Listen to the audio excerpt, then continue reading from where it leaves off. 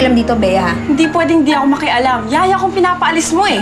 At yung yaya mo, walang respeto sa mami ko. Tinulak niya si mami.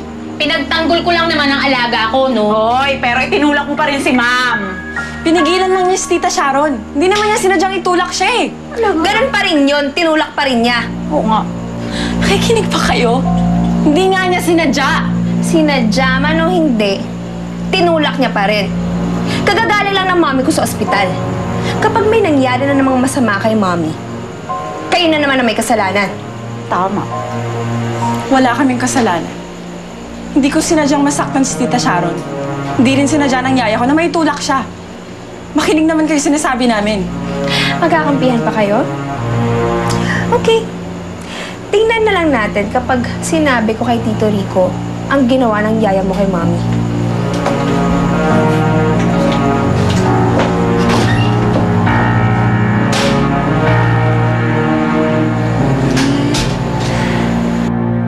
Tito Rico, hahayaan niyo na lang bang ginawa ni Yaya Nanya kay mami?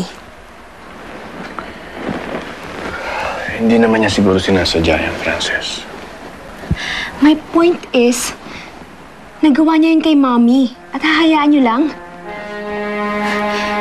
Hindi lang namin sinasabi pero matagal na kami binabastos ng Yaya Nanyang yun.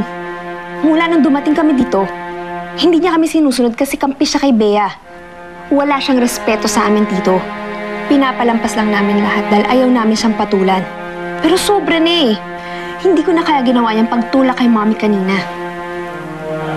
She's right, Rico. Ay, isa pa yung inahan niya na yan eh.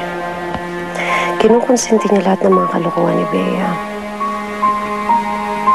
Siguro mabuti pa kung tanggalin na rin natin siya.